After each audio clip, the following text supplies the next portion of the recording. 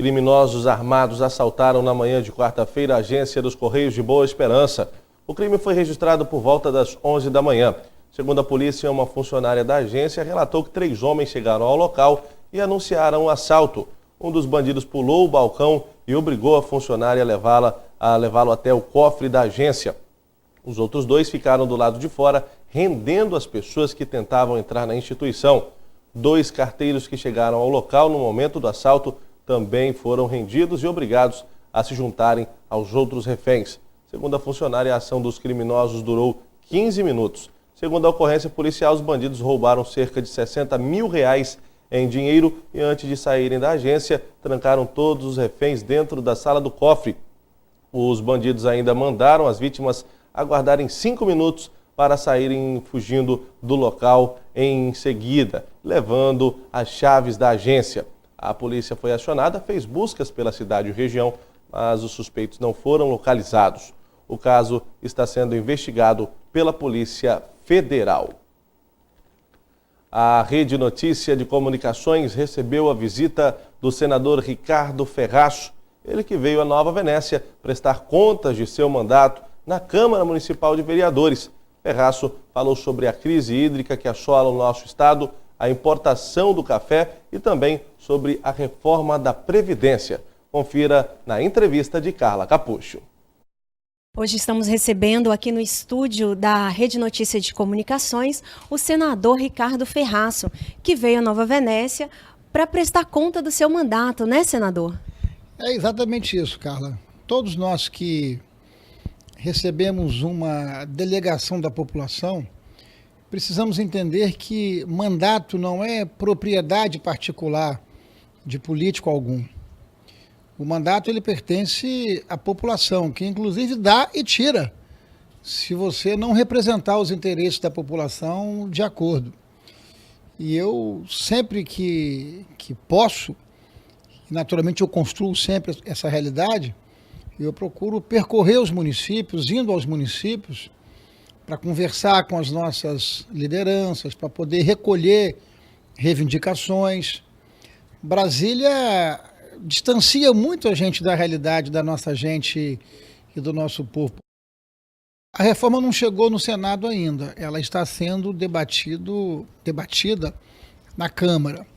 Mas, por óbvio, independente dela não estar no Senado, que a gente precisa acompanhar muito de perto esta reforma pela capacidade que ela tem de impactar o dia a dia de milhões, de brasileiros, de capixabas. Nós temos um déficit muito grande. A Previdência, ela em função da longevidade das pessoas, porque nos anos 50, 60, as pessoas viviam muito menos que vivem hoje. Hoje as pessoas estão vivendo mais, graças a Deus. A questão é, qual é a reforma que nós vamos fazer? Qual é a justiça que nós vamos trabalhar para que essa reforma ela possa, de fato, cuidar daqueles que mais precisam e eliminar tantos privilégios que nós identificamos na questão previdenciária brasileira. Então, a reforma seguramente precisa ser feita, mas ela dificilmente passará da mesma forma que o governo encaminhou para o Congresso. Nós precisamos fazer alguns ajustes para que essa reforma não tenha ou não seja injusta. Vou dar para você aqui alguns desses exemplos. Nós temos um programa social chamado Benefício por Prestação Continuada, que atempla e que contempla pessoas da terceira idade que estão na extrema pobreza, que são muito frágeis. E esse programa também cuida de pessoas que necessitam de atenção especial por alguma deficiência humana. Este programa tem que ser preservado, precisa continuar vinculado ao salário mínimo, porque essas pessoas, elas só têm essa fonte de renda e nós não podemos faltar com a solidariedade humana necessária. São interesses muito poderosos contra os interesses da agricultura e os interesses da cafeicultura. e nós estamos absolutamente atentos. Não é a primeira e seguramente não é a última vez que se tenta essa violência, essa covardia contra os nossos agricultores. Sempre lembrando que o café é algo que vai na veia, que vai no coração, que está no sangue dos capixabas. E nós estamos indo aí quase que para o 4º ano de uma profunda estiagem que trouxe muito prejuízo, sabe, para o interior do nosso estado, para a região norte, de uma forma geral, porque essa seca produziu uma redução muito grande da produção. Exatamente nesse momento que nós conseguimos um preço melhor, para remunerar melhor aquele que bota, aquele e aquela, que bota a mão na terra para produzir, vem essa covardia de desejarem importar café do Vietnã para poder reduzir, diminuir, sabe, o preço do café e desvalorizar o esforço de todos aqueles que cuidam das nossas lavouras, né? Senador, acaba de ser aprovado, né, lá no Senado um projeto de sua autoria com relação à internet fixa e que foi aprovado e os usuários ficaram agradecidos, né? Porque não haverá cortes. É exatamente isso. Nós não estamos inventando a roda. Em países civilizados, democráticos, organizados, posso citar vários aqui, mas os Estados Unidos da América é um país onde você não tem franquia na internet, na banda larga fixa. Então, quando nós percebemos que as companhias de telecomunicação desejavam estabelecer franquia, o que significa isso? As pessoas que têm dinheiro, que têm poder aquisitivo, que podem pagar, teriam acesso livre à internet. E as pessoas mais humildes, mais pobres, que não podem pagar como os ricos podem, essas pessoas teriam acesso limitado à internet. A internet é algo hoje fundamental, indissociável na vida das pessoas. Então, a internet tem que ser um bem disponibilizado para a sociedade de uma forma geral, com igualdade de oportunidade. Eu considero, pelo menos de minha parte, que na vida tudo tem o seu tempo. Isso está no livro de Eclesiastes da Bíblia, no livro sagrado. Há tempo para tudo nessa vida. Há tempo para plantar e há tempo para colher, há tempo para falar e há tempo para ouvir. Eu sinceramente acho que nós temos tantos desafios nesse momento. Hoje mesmo nós estamos aqui em Nova Venécia. Sexta-feira nós estaremos com o nosso prefeito Barrigueira lá em Vitória, onde eu estarei cedendo ao município um kit completo com veículo e equipamentos para reforçar o papel do Conselho Tutelar. Eu tenho procurado estar presente aqui, sabe, no município de Nova Venécia, com benefícios, com resultados.